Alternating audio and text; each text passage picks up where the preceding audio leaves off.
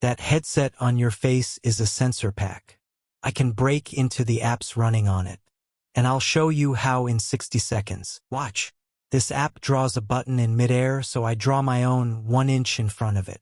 You reach for cancel and you hit my approve. The same trick works on a price tag, a door lock, a confirm dialog. In extended reality, whoever controls the overlay controls what's real. And while you play, the headset is mapping your room and tracking your eyes. I pull the room mesh, that's your home's floor plan, and the eye data that shows exactly what you looked at. Most apps never encrypt either one. Here's the report. Overlay hijack, spatial data leak, biometric exfiltration. Severity, location, the fix.